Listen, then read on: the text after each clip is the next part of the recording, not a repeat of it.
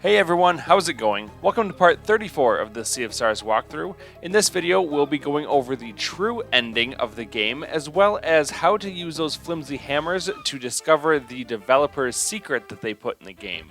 So to start off, we're just going to go over to the Sea of Stars entrance, and we're going to go over to Sari's world.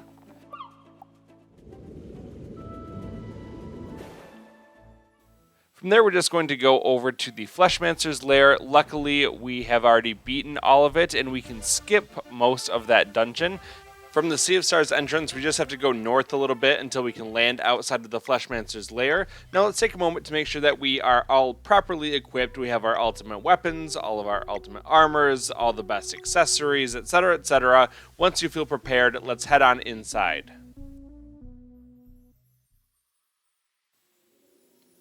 Now that we're inside, let's just go up and then over toward the right side. There's this big circle on the ground. We can interact with it to get teleported from the entrance all the way to the end chamber, where we have a campsite. We have the save point right here. So use those if you want to. Otherwise, we're just going to head up the stairs and go into the room at the north end. Let's keep running straight ahead until we get into the next room. Now we just have to go up the stairs, and we will then get back to where Epilogue is waiting for us. As we run up, I just want to thank you so much for all the support that you've given the series and for watching it all the way through this. Or if this is your first time watching one of my videos, welcome. I really appreciate the fact that you tuned in to see this video. If you want to see more videos like this, make sure you hit that like button and also subscribe. About 33% of my viewers are subscribed, and I'd love to raise that even higher to build our community.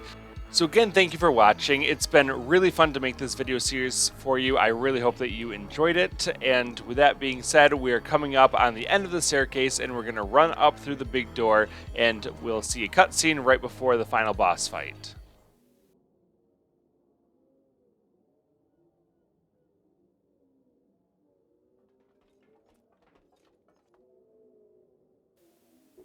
You made it. Congratulations, you have been quite the nuisance. Prepare yourself. Prepare myself? Ha ha ha ha. My foolish child, fighting solstice warriors is beneath me.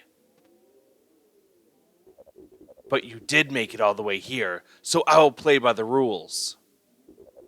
The time has come to decide on the fate of your realm and all of its worlds. Can you defeat my strongest lieutenant? Or will she reign supreme over the cyborgs? Never! Your evil has no place here anymore.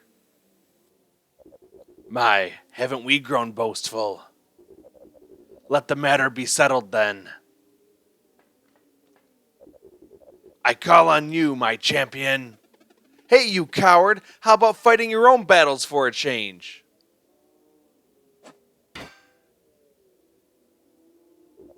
You.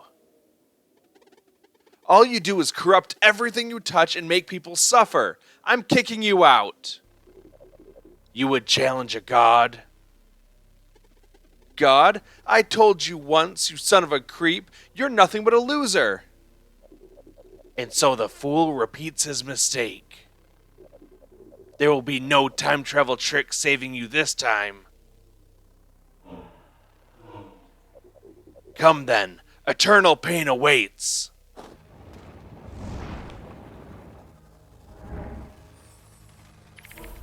Well, thanks to Garl goading him, Epilogue will fight us directly instead of hiding behind Alessandrella. So we do get the true final boss in the form of Epilogue. Now this is going to be a much longer, much tougher fight than what Alessandrella was, which honestly for me is a good thing because Alessandrella was kind of a pushover, so to have a true final boss is a lot more fulfilling for me personally. All we're going to do is keep breaking those locks as best as possible. You probably won't be able to stop all of them, especially in the first stages of this fight. However, the attack that he normally starts off with is called Maw, and it just causes a big mouth to open up on both sides of your party members, and then it comes snapping shut and tries to damage everyone. One cast of Lunar Shield, however, will be enough to stop all that damage from coming in to all of our party members, so very handy to cast Lunar Shield in the early part of this fight. Now, Aphral has a couple more things that he can do. He can do a normal attack where he just causes a big beam to come out of his hand, similar to what he did to Garl, and it does a whole lot of damage, so you definitely want to be aware that that's coming. He can also try to pull someone's soul out of their body and slam it back into them. That does a decent amount of damage. However, it does have a nastier side effect, and that's it causes some seed pods to show up on the ground. And what will then happen is if he gets another turn, he's going to cause those seed pods to turn into large tentacles, and he becomes invulnerable at that time. So that's called Throne of Flesh, and you'll see that a little bit later on. There is a bit of a strategy that you want to use when you're dealing with that Throne of Flesh and the tentacle things, so I'll explain that when we get to that part of the fight. You can actually completely stop that from happening if you're very good and very lucky at breaking those skill locks, so just know that it is possible to go through the whole fight without seeing those at all. I've done it, but on this run I wanted to make sure that I showed what that attack actually looked like, because you'll probably end up seeing it. So this fight is also broken up into different phases, because at some points you will be able to go up into space and fight Aphral, just like you did for the very last fight, that World Eater, at the end of the normal ending. So that's kind of a cool little way to break up the fight a little bit, because it is a little bit long. You will get the opportunity to do many ultimate attacks, and I'll show you what Garl's is in just a little bit as well. It's a pretty cool attack. So at this point, I'm going to just kind of let the fight play out a little bit, but I will chime in every now and then when something new happens just to explain what's going on.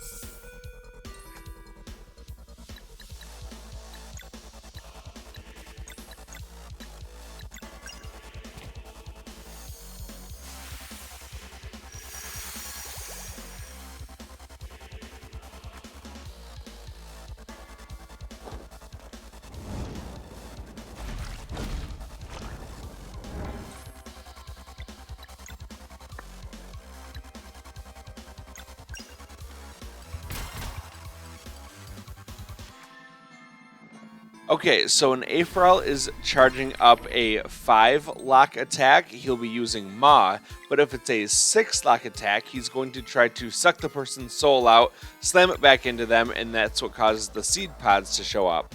So every 2 locks that exist will equate to 1 seed pod that's going to come out. So you can see if there's all 6 of them, we're going to get 3 of those seed pods showing up. Now what he's doing is he's charging up Throne of Flesh, and the number of locks that he has is equivalent to how much health they're going to get. So you definitely want to break a lot of locks if possible here, so that they don't get a whole lot of health. Now you can actually do enough to break all of those, and then he won't use Throne of Flesh, But for the sake of this video, I wanted you to see what it looked like, but I did take out some of those locks to limit how much health they get. So the actual color of the tentacle matters a lot for this, and this is where the strategy comes in. So if they're kind of this like silvery color, like the one on the left in the middle, those are weak to blades. If they're more bronze color, that's going to be weak to blunt. If it's green, like the one on the right, it's weak to poison. If it's purple, it's weak to arcane damage. And if it's more reddish orange, it's going to be weak to solar, and blue will be weak to lunar magic. So you can kind of look at its color and know what it's going to be weak to. They're honestly not too bad though. Even though they attack 3 times every turn, it can do a decent amount of damage to you. But once you eliminate 2 of them and there's only 1 left, it's very manageable. And it's actually a good time to refill your MP just by attacking it normally with things that it's not weak to. You can get a lot of recovery for your MP. You can also use that time to heal up if you want to, or if you just want to go through it a little bit faster, you can use some healing items. You can use one of those legendary feasts that will completely refill your HP and MP, and either way, that's going to be a really good opportunity for you to get back on your feet if you were kind of struggling up until this point. So that's about all I have to say for the tentacle portion of it. Once you eliminate them, then you can resume your attack on Aphral because he'll become vulnerable again.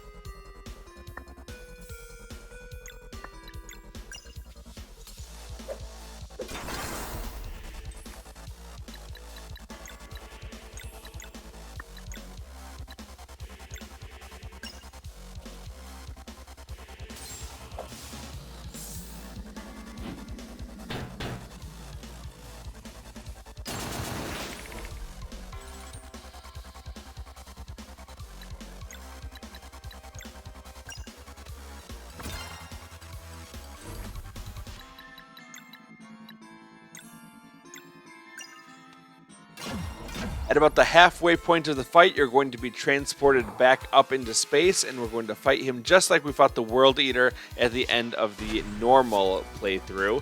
So you don't want to attack his face at first, even though it looks like that's the vulnerable part. Instead, you want to attack his arms and his tentacles on the left and the right sides of his body. You can see them blinking whenever they're hit. And what that will do is destroy his hands, which is where all of these attacks are coming from. On the PlayStation, make sure that you remember to hold the X button to attack, and then you have to hit the square button to dodge under his attacks. So you want to keep your health up and deplete his health.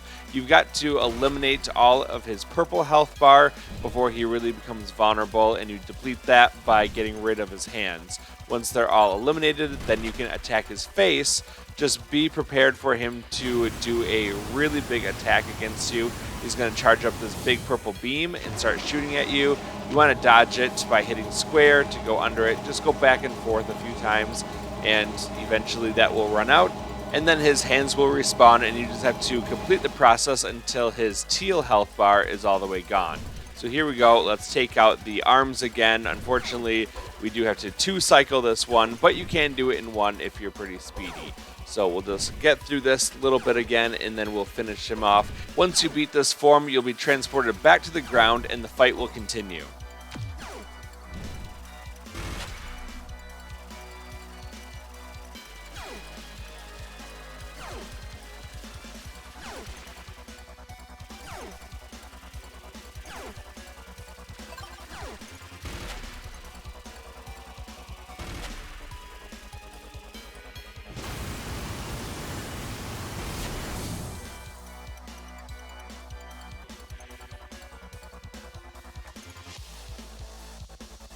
Well, I think it's time for Garl to get some revenge on Aphral for what he did to him earlier in the game.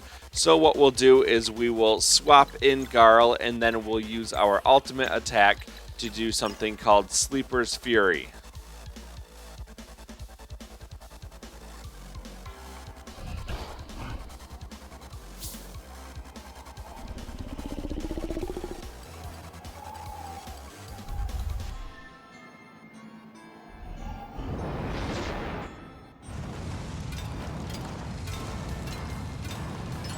As you can see, the Sleeper is very good at breaking locks. It doesn't just have to be blunt though. I believe it can eliminate any kind of lock, and it does 6 of them. So if you find yourself with a full ultimate meter and a lock combination that you just can't break, call upon the Sleeper to eliminate all of them very easily.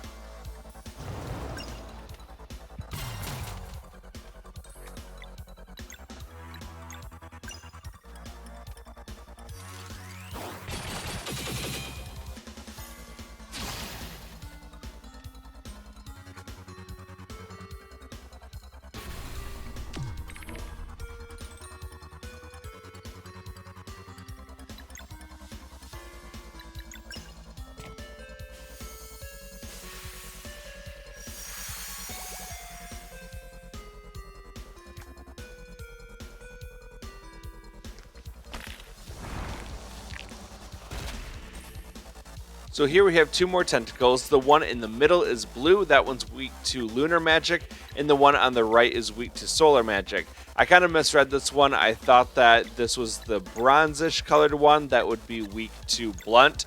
Nope, it's actually the solar one. So just be prepared to use the right skill to do lots of damage, and you'll be a whole lot better off than I was kind of fumbling through this one. You can also look in the upper right corner of the screen. You can see exactly what it's weak to when you look at its name. It'll have like a little damage up arrow next to it. So just use the right skill and you'll be in good shape.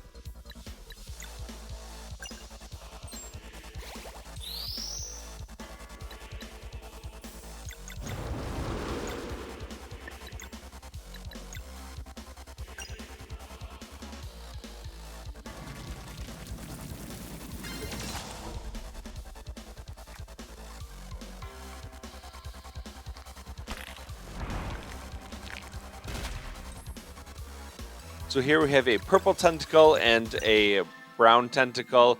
So we have one that's weak to solar on the right side and one that's weak to arcane in the middle. So we'll use the correct attacks to do lots of damage to these guys.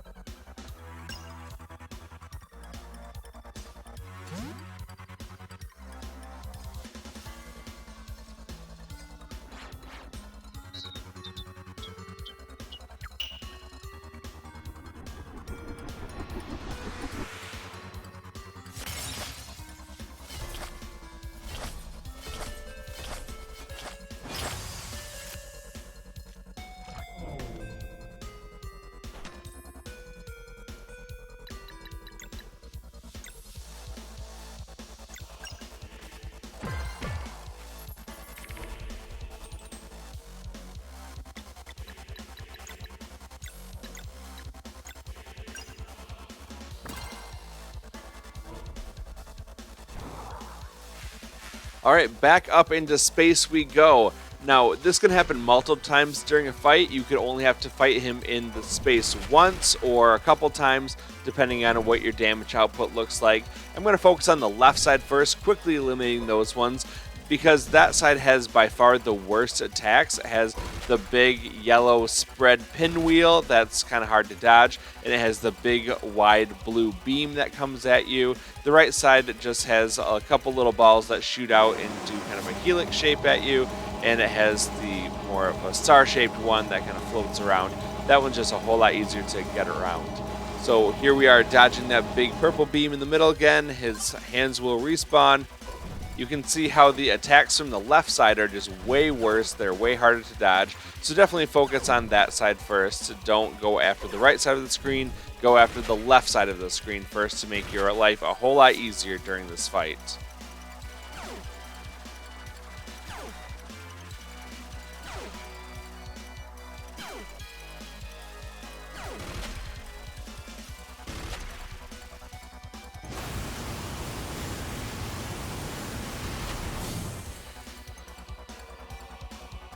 Alright, we're back on the ground now. You've seen everything that there really is for this fight. I actually took two different fights and I blended them together just because I didn't get everything I wanted to show in one fight. So that's why this battle's taking a little bit longer than what you might expect. So, yeah, I'll just let this one play out and I'll see you at the end of it where we finally beat him.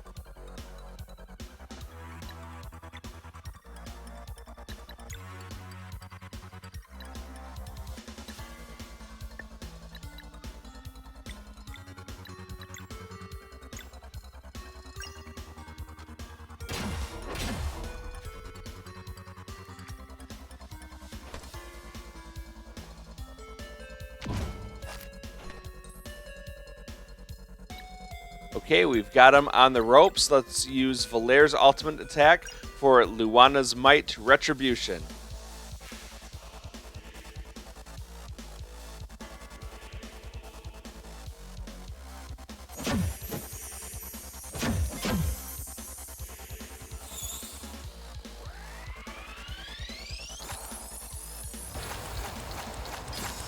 And with that, we get the No God of Mine trophy for defeating Aphral. How is this possible? How? Better start believing we're kicking you out.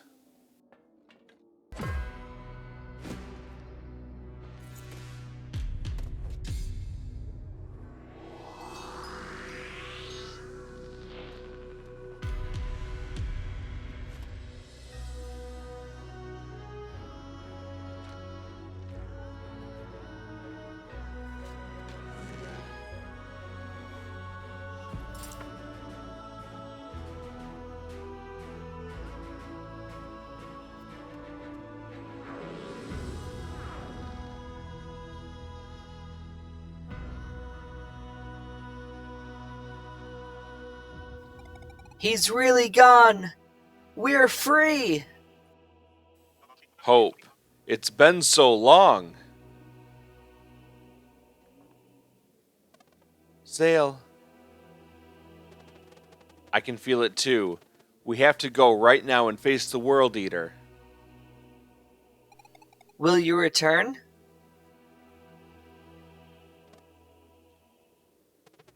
We can feel everything now. There's just so much for us to do.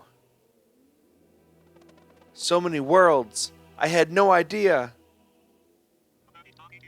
This is goodbye then?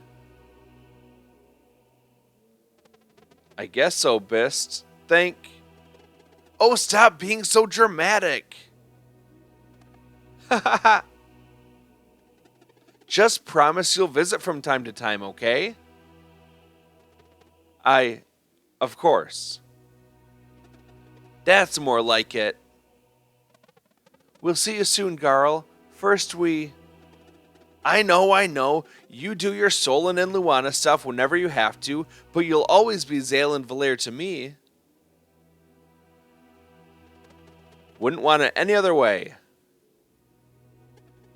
Seriously, we did something good here. You guys are the best. Well, go on then, and don't you ever miss my birthday.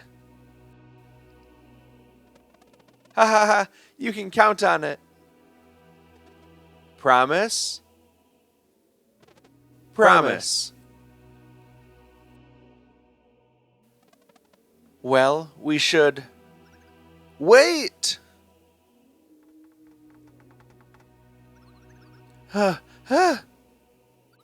Before you go, could I just... Right.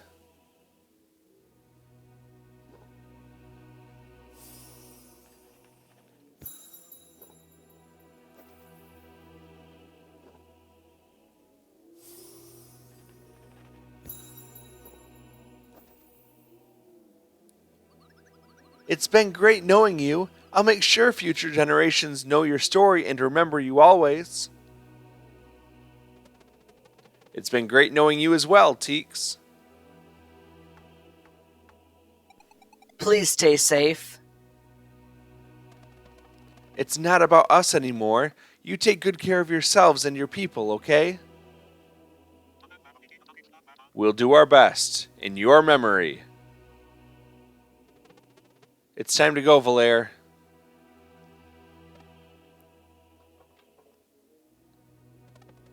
And so our watch begins. Here's hoping it won't be too boring. That'd be a first. Ha ha ha. Hey, don't wait too long before your first visit. You bet. Fighting by your side has been my life's honor.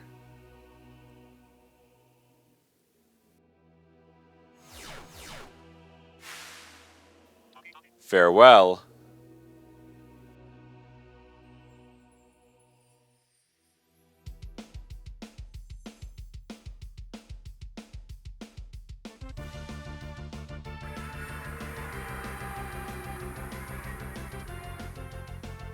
Well, here we have the World Eater once again. This is exactly the same as it was in the normal ending, so we're going to do that, but the ending epilogue scenes are a little bit different, so make sure you stick around for that. And then we're going to also look at what we use the Flimsy hammers for in getting the developer's secret that they hid in the game. So make sure you stick around for that. Don't go anywhere. We'll finish this fight and then go on to the really good stuff.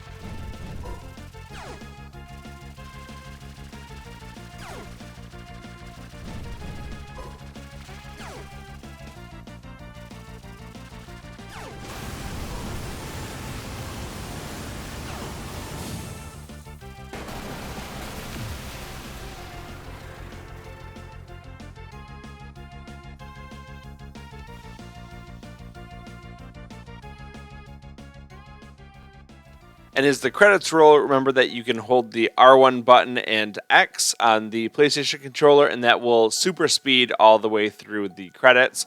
And there's going to be the now montage of the little ending scenes. So enjoy these. They are slightly different from what we may have seen in the normal ending.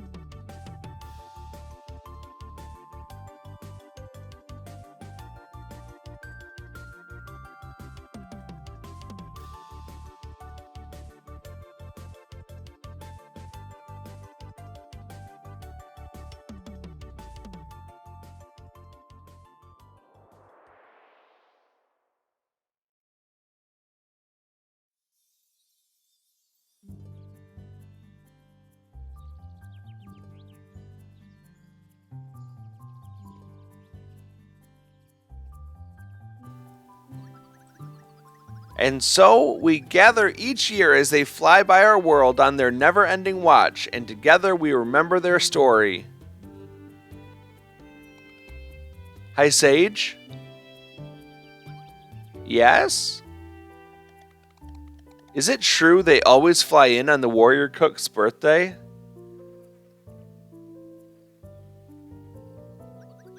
Oh, absolutely. Quite fitting, don't you think?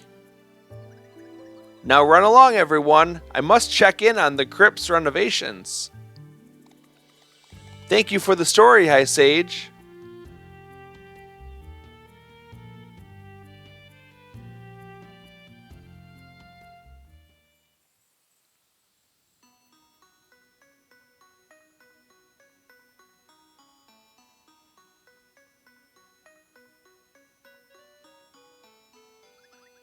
How's the progress?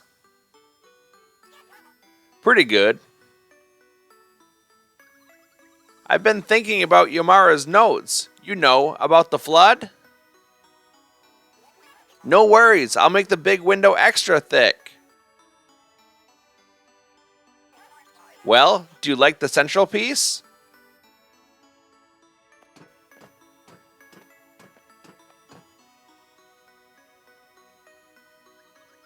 Yes, it's perfect. Ha!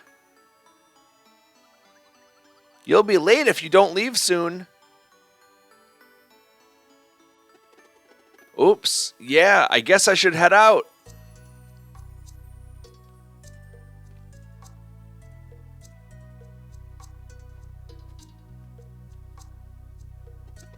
Hey, old friend. Happy birthday, Master. For the millionth time, please stop calling me that. Are you ready to go then? Oh yeah, can't be late.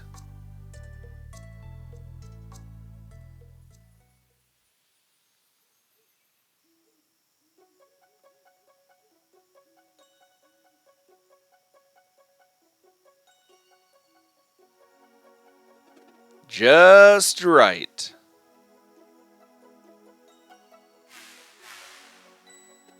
Ha! Right on time.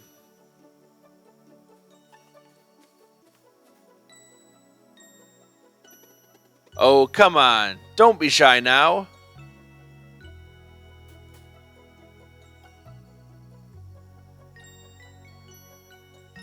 And there you have it, the true ending for Sea of Stars. What'd you think of the true ending compared to the normal ending? I'm very curious to know what you think. Please leave it down in the comments. And we get a Flimsy hammer for completing the true ending of the game. So now let's go ahead and create a save file. We'll just save right over one of the other ones. And you'll see our silver star is now a gold star, showing that we've completed the true ending of the game. But we're not quite done yet. We still have a little bit to do, because I want to show you what we do with those Flimsy hammers. We've collected 4 of them so far. In fact, that's all of them that we can collect, so I should just say we've collected all 4 of them, and now we're going to load up our gold star save file. Once again, we find ourselves right back inside the Fleshmancer's lair. We're going to use the teleporter to go back and out of this area. And then let's go ahead and leave. What we want to do is now go back to the Sea of Stars entrance, and we're going to go back to our home world.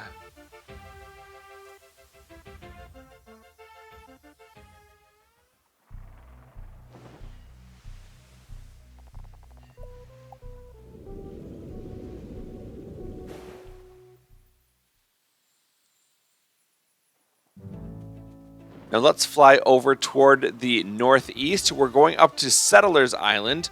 We don't want to go into Mirth. Instead, we're going to go into the Ancient Crypt on the far north corner. When we're inside, we're going to go up into the next big room that has all the teleporters, and we're going to go to the very top row to the center one and use that to teleport into a very specific place. Now we're going to go up 4 rows. It's the one with a torch on it on the right side, and we're going to push the broken tombstone over toward the side, and now we can use the ladder to go down to the lower section of the crypt. So from here, we're going to go up, and we're going to interact with this wall. The wall looks rather flimsy. Well, maybe we should use one of our Flimsy hammers on it. and we're going to run up and repeat that 3 more times.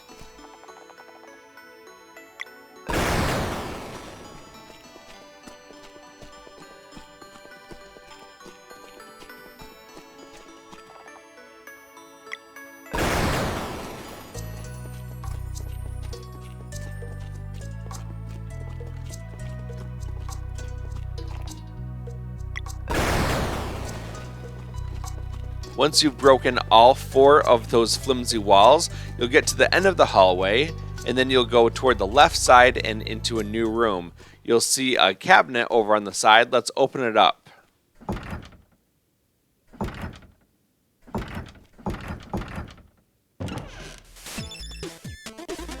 Excuse me.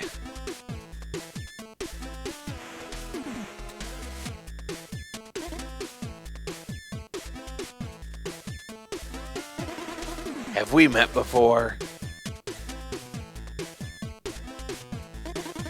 Well, if we have, and you're about to complain about some time paradox, maybe consider that it was you who just broke the 4th wall.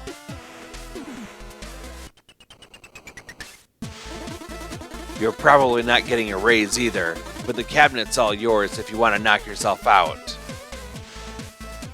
Well, that was the shopkeeper from the game The Messenger, which is set in the same universe as Sea of Stars. And going through the cabinet will lead us to this location. It's the developer's room, and we can talk to all of them. Yo, I'm Reese, and I play acoustic instruments. I don't really know how I got here, but hot dog am I glad to be a part of this rad game. Also, feel free to mail me a hot dog. I hope we could show you something new on this journey back to our childhoods. Office hours? Ever since those Solstice kids came around, no one can really tell the time of day. I'm Jake. I helped Eric with the music and sound effects. This is the first game I've ever worked on, and I couldn't have asked to be a part of a better team. I'm JP, an integrator. I used to find bugs, and now I fix them, and also cause them. I don't know, I'm not a mechanic. I hope I made things move in a way that moved you. Huh? Oh, I'm Greg. The squirrels will tell you different, but I'm an animator. Don't listen to their squeaky whispers. They tell lies. Now that would be a great buzzword for a graphics feature, laughs in HLSL. It was not an easy task making all this, but I'm incredibly proud of everyone in here. I hope you enjoyed it. Am I speaking to the player or Zale? In any case, hope you had fun discovering the world. I hope you enjoyed the game as much as I think I would have if I didn't get it spoiled by working on it.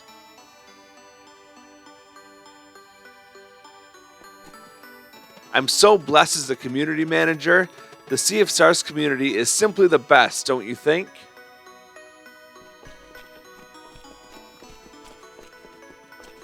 Whoa, have you seen all those animations? I'm so proud of what we have accomplished.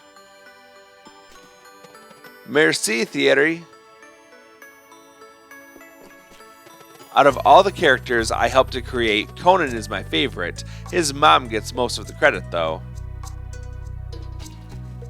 I enjoyed composing for Sea of Stars. I hope you enjoyed the nostalgic music.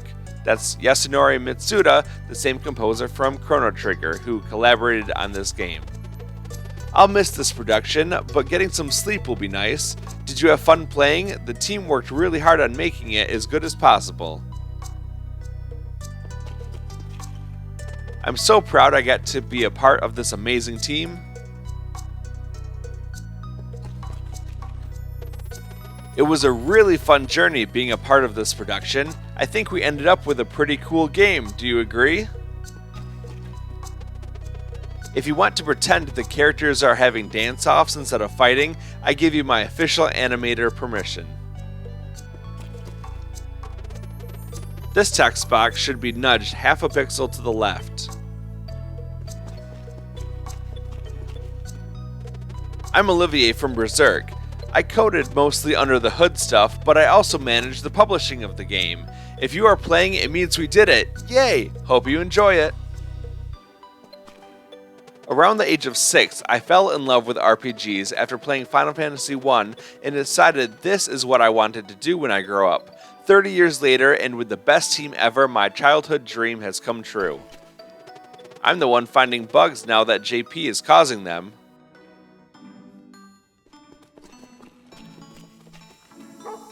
Buddy stares softly, relieving a tightness in your chest you didn't even know was there. I sincerely hope that we were able to communicate the love we have for games through the Sea of Stars experience. Now, where did I put that thing again? And there's a few more up in the top room.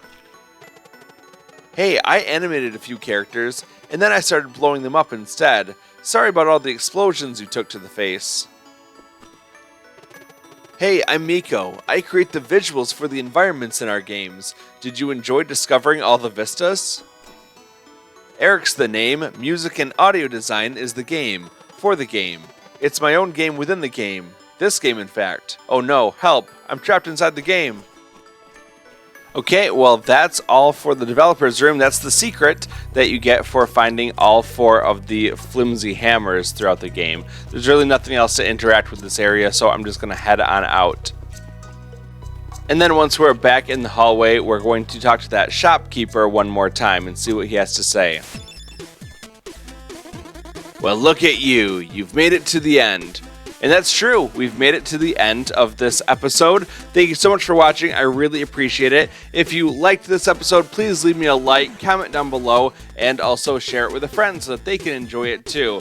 And also, please subscribe if you haven't done that already. That really helps me out, and that way you won't miss another video. So there is one more episode in this series where we're going to look at how to get the What a Technique trophy for beating 10 bosses using the Artful Gambit relic. So I'll see you very soon for part 35, the finale. Until then, have a good day.